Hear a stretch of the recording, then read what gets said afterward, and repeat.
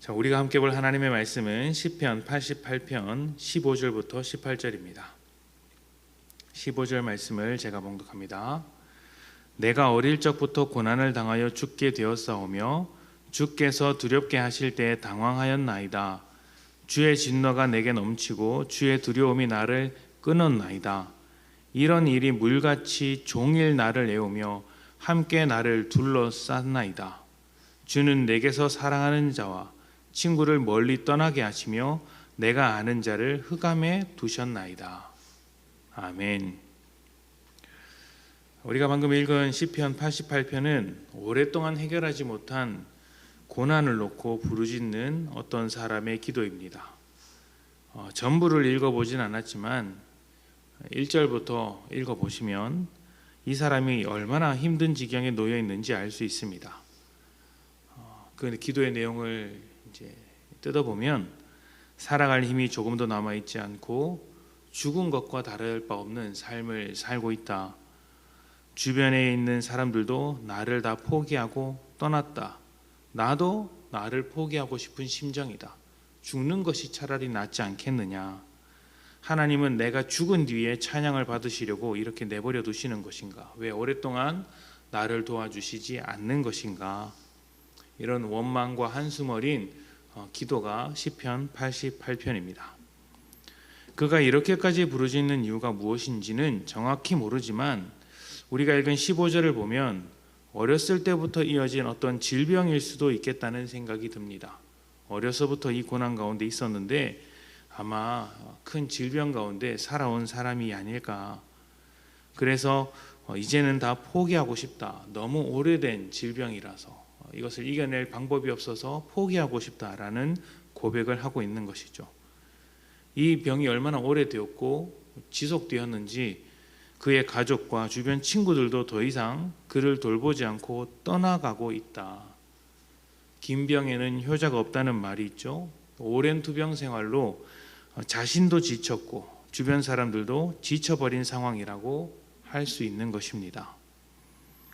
이런 시편 88편은 하나님께 부르짖는 것으로 끝이 납니다.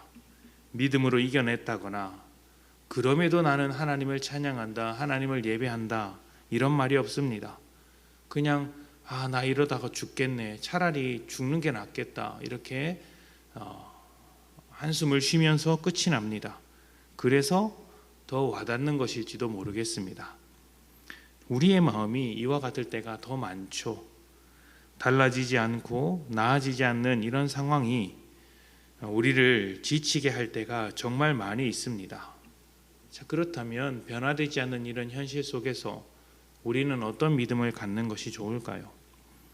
성경에는 오랜 고난으로 지친 사람들이 많이 등장합니다. 혈류병을 앓았던 여인도 있고 성전 미문에 앉아있던 걷지 못하는 병자도 있었습니다.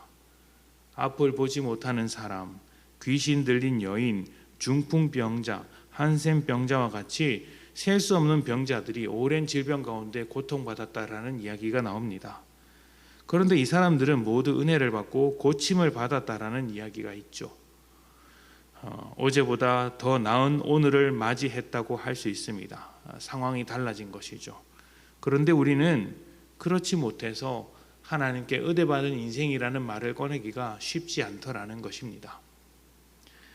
오랜 고난으로 지쳐가는 우리에게 은혜가 있을까요? 있습니다.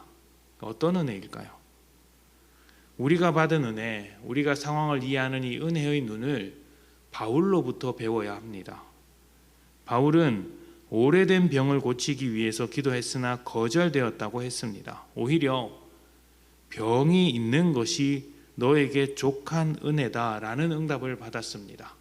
병이 낫는 것이 은혜다가 아니라 네가 병을 가지고 있는 게 너에게 족한 은혜라는 응답을 받았다는 것은 우리로 하여금 참 놀랍게 여겨지죠. 병이 있는 것이 왜 충분한 은혜, 만족할 만한 은혜일까요? 바울의 결론은 이렇습니다. 내가 그리스도를 위하여 약한 것들과 능력과 궁핍과 박해와 곤고를 기뻐하노니 이는 내가 약한 그때의 강함이라. 내가 약하게 되었더라도 주님과 함께 살아가는 것에는 문제가 없고 오히려 약한 것 때문에 교만하지 못한다. 내가 약하기 때문에 내 속에서 주님이 더욱 빛나게 되신다. 주님을 더욱 의지하며 살아가는 것이 내게 은혜인데 내 병이 그렇게 만들어준다. 주님을 더욱더 기대하면서 날마다 기도하는 인생이 되어간다. 그래서 나에게는 약한 것이 곧 강한 것이 된다. 바울의 결론은 이와 같습니다. 아마 그 평생에 이 병을 안고 살아갔을 것이고 그는 이 병을 오히려 은혜로 받아들였습니다. 세상이 죄로 가득한 이상 우리의 삶에 고난은 끝이 없습니다. 고난이 멈추기를 바라는 것은 거의 불가능한 일입니다. 그것은 천국 가서나 가능한 일이겠죠. 그러나 믿는 자는 그러한 고난 속에서 좌절하지 않습니다. 오히려 하나님을 바라보며 그 고난 중에 의미를 찾아냅니다.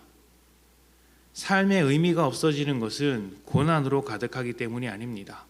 고난 중에서도 중심을 지켜낼 수 있다면 하나님의 일하심을 신뢰하며 고난 중에 있는 하나님의 뜻을 찾아낼 수 있다면 오히려 그 삶은 빛나기 마련입니다.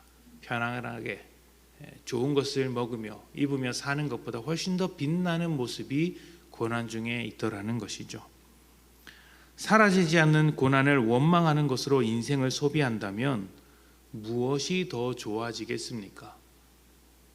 좋아지는 것은 하나도 없습니다. 오히려 그 고난이 더 심하게 다가올 뿐이죠. 우리는 전부를 이해할 수 없지만 고난 속에서 살게 하신 하나님의 뜻을 받아들이고 그 속에서 의미를 찾아야 합니다.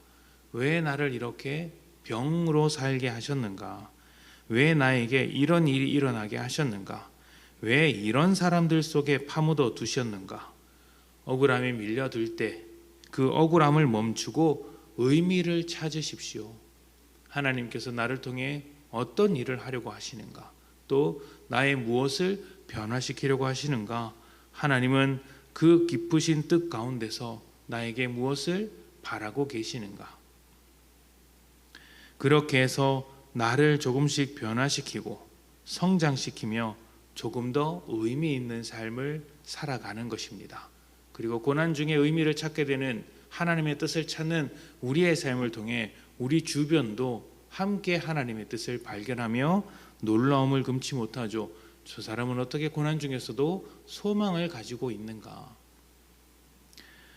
그렇게까지 우리의 믿음이 성장하게 되면 이제는 상황을 버티는 것이 아니라 그 상황을 극복하는 자신을 발견하게 되며 더 이상 이 현실이 우리의 믿음을 꺾지 못하는 기적과 같은 놀라운 은혜를 발견하게 되는 것입니다. 잘 기억하셔야 합니다. 하나님의 뜻대로 살아가는 것에는 병이 없거나 걱정이 없거나 고난이 없어야 가능한 것이 아닙니다. 그러면 고난이 하나님보다 큰 것이죠. 병이 하나님보다 큰 것이죠. 오히려 반대가 되어야 합니다. 사람은 어려울수록 하나님을 더 찾아가지 않습니까? 그러니 어려울 때 그 어려움 속에서 우리를 살게 하신 하나님의 뜻을 쫓아가야 하는 것이죠. 하나님의 뜻을 쫓아가면서 하나님은 왜 우리를 이곳에 두셨는가? 무엇을 하려고 하시는가? 그렇게 생각하면서 믿음으로 살아갈 때 상황을 넘어서는 여러분의 인생의 변화가 일어나게 될 것입니다. 변화 없는 상황, 기도가 거절되었던 상황에서도 바울은 만족한 은혜라는 고백을 했습니다. 이러한 고백이 여러분에게도 넘치기를 소망합니다. 상황의 변화를 꿈꾸기보다 나 자신의 변화를 이루어 가시는 하나님의 뜻을 생각하면서 모든 상황 속에서 주를 바라보는 복된 성도님들이 되시기를 소망합니다. 함께 기도합니다.